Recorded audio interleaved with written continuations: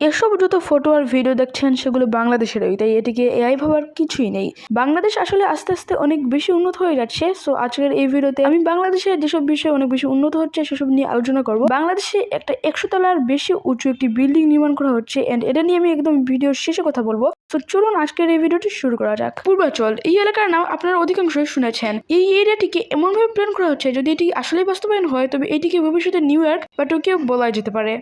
শুধু পূর্বাচলই নয়, এই উত্তরের আশেপাশের এলাকা দিয়ে থাকালে আমরা অনেক বেশি আবাসন প্রকল্প দেখতে পাচ্ছি। সো আমাদের আজকের প্রথম বিষয়টি হলো জলসিঁড়ি আবাসন প্রকল্প। জলসিঁড়ি আবাসন প্রকল্প জলসিঁড়ি আবাসন প্রকল্পটি মেনলি সেনাবাহিনীর তত্ত্বাবধানে পরিচালিত হচ্ছে, এন্ড এটি এখন আন্ডার কনস্ট্রাকশনে আছে। এখানে পরিকল্পনা করা হয়েছে আধুনিক রাস্তা, লেক ও সবুজ পরিবেশ, স্কুল, কলেজ, হাসপাতাল ও কমার্শিয়াল এরিয়া। প্রায় 6374 বিঘা 2000+ একর জমির উপর তৈরি হয়েছে এই প্রকল্পটি, এবং এটাকে বর্তমানে নতুন ঢাকা হিসেবে ধরা হচ্ছে। আদমজি ইন্টারন্যাশনাল স্কুল এরকম আরো অনেক স্কুলের দ্বিতীয় শাখা থাকছে এই প্রকল্পটিতে। 300 ফিট এক্সপ্রেসওয়ের পাশে হয়ে এখানে যাতায়াত খুব সহজ। ঢাকা শহর থেকে খুব কম সময়ে এখানে পৌঁছানো যায়। ঢাকা শহরে দিন দিন মানুষের সংখ্যা বাড়ছে, তাই নতুন শহরের প্রয়োজন হচ্ছে। জলসিঁড়ি সেই সমস্যার একটি সমাধান। এটি খুবই কম ভিড়, বেশি নিরাপদ, সুন্দর পরিবেশ, তাই এটি নিউ ঢাকা বা ফিউচার সিটিও বলে। এরপরে আমি যে শহরটি নিয়ে কথা বলবো সেটি হলো পূর্বাচল। ঢাকা শহরে ক্রমবর্ধমান জনসংখ্যার চাপ কমানোর জন্য এই প্রকল্পটি নেওয়া হয়েছে, কারণ দিন দিন ঢাকায় বসবাস করা কঠিন হয়ে যাচ্ছে। যানজট, ভিড়, দূষণ সবই বাড়ছে। এই সমস্যার সমাধান হিসেবে সরকার পরিকল্পনা করে একটি নতুন শহর গড়ে তোলার। পূর্বাচল প্রকল্পটি বাংলাদেশের সবচেয়ে বড় পরিকল্পিত আবাসন প্রকল্পগুলোর একটি। এটি রাজউক এর অধীনে বাস্তবায়িত হচ্ছে। এখানে হাজার হাজার একর জমির উপর একটি আধুনিক শহর তৈরি করা হচ্ছে, যাতে সবকিছু পরিকল্পিতভাবে সাজানো যায়।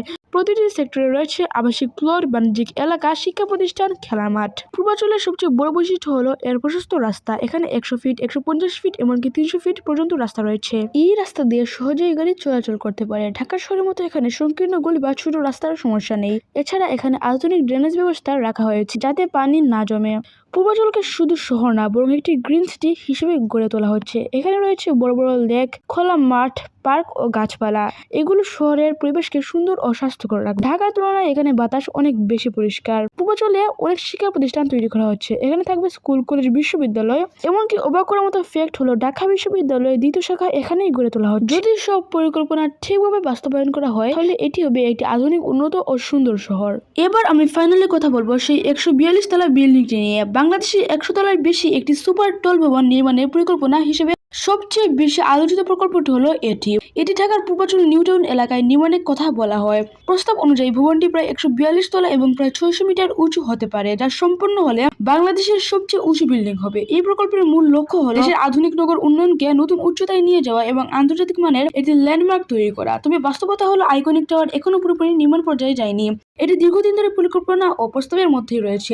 এর পিছনে রয়েছে বিশাল অর্থায়নের প্রয়োজন, উন্নত প্রযুক্তির চ্যালেঞ্জ এবং বিনিয়োগের সংক্রান্ত জটিলতা। তুলনামূলকভাবে বিশ্বের সবচেয়ে উঁচু ভবন বুর্জ খলিফা, যেখানে 163 তলা, সেখানে আইকনিক টাওয়ার বাস্তবায়িত হলে বাংলাদেশেও সুপার টল স্কাইস্কেপারের তালিকায় জায়গা নিতে পারে।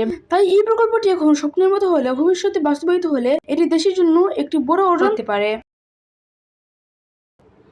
তো এটাই ছিল আমাদের আজকের ভিডিও। বাংলাদেশের এসব উন্নয়নমূলক প্রকল্প নিয়ে আপনার কি মতামত তা অবশ্যই কমেন্ট করে জানাতে পারেন। ধন্যবাদ।